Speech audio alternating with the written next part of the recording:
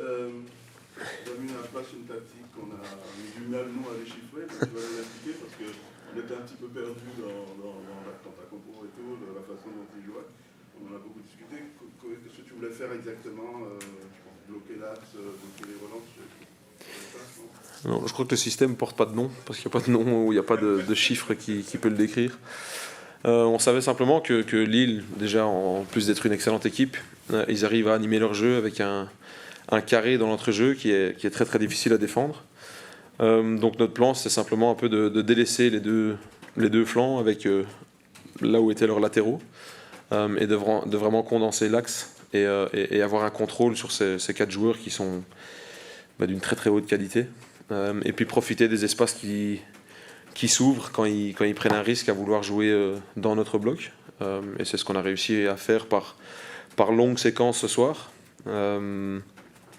Et puis quand tu es capable de ne pas encaisser dans le premier quart d'heure, de montrer un certain sens de sacrifice et de dévouement au plan et à ce qu'on veut faire, tu es récompensé par la suite avec un but, certes qui aurait pu être marqué dans un premier temps, mais qui rentre au final. Donc l'entame de match a été très bonne.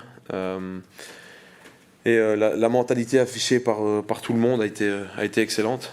Et quand on est capable d'allier tous ces ingrédients, on voit la meilleure version du Stade de Reims. Forcément, quand l'adversaire joue, on a un peu plus de facilité. Mais je pense que dans le contenu, on a vu la meilleure version du Stade de Reims ce soir. Ce coup tactique, c'était surtout pour s'adapter à l'adversaire, comme tu le dis, c'était un peu aussi pour essayer de réveiller un peu ton équipe, des joueurs qui restaient sur trois défaites sans aucun but. Il y avait un peu les deux, non? Il y avait un peu de tout. Hein. Il y avait un peu de tout. Et on s'adapte défensivement, mais on s'adapte aussi offensivement parce que ça nous permettait d'occuper certains espaces avec nos joueurs clés, avec Ballot, Ito et Marshall, à la transition, et on savait qu'on pouvait leur faire mal dans ces moments-là. Mais ça apportait aussi une supériorité dans l'entrejeu quand on avait le ballon. Donc avec des joueurs comme Jens, Camo, c'est super intéressant de pouvoir contrôler le jeu à ce niveau-là. Mais je le dis, le mérite et le crédit doivent revenir aux joueurs parce que s'ils n'adhèrent pas au plan et qu'ils n'y croient pas, ça ne marche pas. Donc chapeau à eux. Je pense que Fouquet m'avait demandé plus tôt dans la semaine si j'étais sûr, si ça allait marcher. Et c'est juste histoire de les convaincre. Et même lui a su admettre après le match que ça a plutôt bien fonctionné. Donc c'est bien. Moi, il y a toujours une prise de risque, il y a toujours un questionnement parce que tu n'es jamais sûr si ça va marcher, mais il faut parfois prendre le risque. J'en avais marre de perdre, je déteste perdre. Donc il fallait changer quelque chose. Et puis ça réveillait aussi un côté des joueurs parce que c'est quelque chose de nouveau, ils doivent l'assimiler, ils doivent être incroyablement concentrés pour pouvoir l'appliquer. Et c'est ce qu'on a pu faire ce soir. Est-ce que le fait d'avoir qu'un seul but d'avance, ça t'a inquiété parce que ça partait dans tous les sens? Tu aurais pu aussi te faire rejoindre les autres matchs?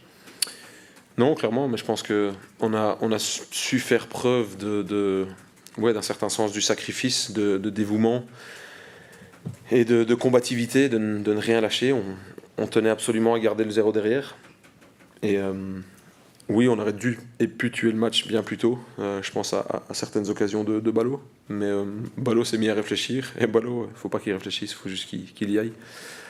Mais cette petite chance qu'on a eue par moment, avec quelques grosses occasions pour Lille, je pense qu'on la génère aussi. Et quand tu es capable de mettre de l'intensité de la première à la dernière minute, tu es capable de mettre ton orteil dans le chemin ou ton nez dans le chemin pour éviter de prendre un but. Donc c'est pour ça que je félicite les joueurs parce que c'est eux qui sont sur le terrain et qui courent comme des fous. Je ne sais pas combien de kilomètres on a parcouru, mais ça doit être assez élevé. Donc non, chapeau à l'équipe. Ce sens du sacrifice, du mouvement combativité, c'est un peu ce qui manquait à ton équipe ces 3 derniers matchs. Ouais. Tu dois être content de l'avoir retrouvé sur ce match-là. Ouais, non, très. Mais je le dis, il y a beaucoup de facteurs qui sont rentrés en ligne de compte par rapport aux 3 matchs perdus. Il y a l'adversaire qui est en face de nous qui nous permet pas de jouer le jeu qu'on aimerait jouer. Il y a une certaine fatigue, qu'elle soit mentale ou physique, qui est non négligeable parce que on n'a pas 1000 joueurs. Donc non, c'est bien, je le dis, on a préparé la semaine comme chaque semaine. On a changé et adapté quelques petits détails et pas que tactiquement. Donc les joueurs ont été derrière, les joueurs y ont cru, et ils ont été récompensés avec 3 points au final, je pense, assez mérités. Et c'est intéressant aussi pour la suite, parce que voilà, maintenant vous allez jouer un match très intéressant dès vendredi à Lens. Ouais. Voilà, en se comportant comme ça peut ouvrir une fin de saison de nouveau très, très intéressante. Ouais, je le dis, mais je le dis quand le Stade de Reims est capable de performer comme ça et de mettre une telle implication dans tous les éléments, ben on est une très très bonne équipe et on est capable de battre plus ou moins tout le monde, sans arrogance ou sans se prendre pour des autres, parce que par moments c'est ce qui nous a fait un peu défaut. On est le Stade de Reims, on est juste le Stade de Reims, mais si on met les ingrédients comme on a su le mettre aujourd'hui, ben on peut embêter pas mal de monde et c'est ce qu'on va essayer de faire à Lens vendredi prochain. Est-ce que tu ressens quand même une certaine, je sais que tu n'aimes pas trop te mettre en avant, mais est-ce que tu ressens quand même une certaine fierté personnelle quand tu as un coup comme ça, c'est rare. Moi personnellement, c'est la première fois que je voyais un système où les deux attaquants étaient plus excentrés sur le ballon que les 4 milieux. Est-ce que c'est voilà, une certaine fierté que ça ait marché personnellement? Ouais, il y a toujours ça. Ouais. Je suis surtout content qu'on ait pu empêcher une des meilleures équipes du championnat à jouer leur jeu et qu'on a pu les déranger dans tout ce qu'ils voulaient faire. Après, c'est une bonne équipe avec d'excellents joueurs, donc ils vont toujours apporter un certain danger, mais on a été capable de le nullifier par moment et d'être solidaire et courageux au moment où il fallait.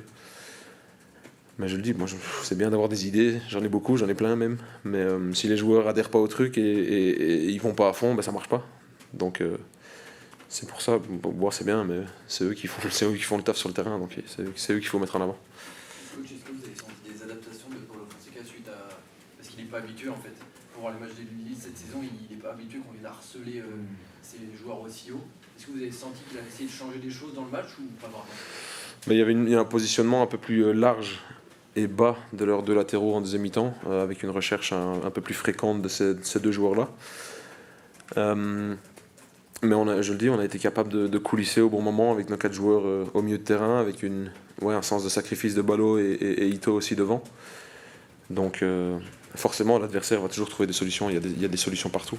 Mais c'est pour ça que je le dis, je suis vraiment content d'avoir pu empêcher pour moi la meilleure équipe de Ligue 1 à jouer le foot qu'ils jouent. Et je pense que s'ils avaient un tout petit peu plus d'efficacité, ils seraient bien plus haut au classement. Mais bon, ça c'est des détails. Parce qu'il faut vraiment dire chapeau bas à ce que le coach fait là-bas.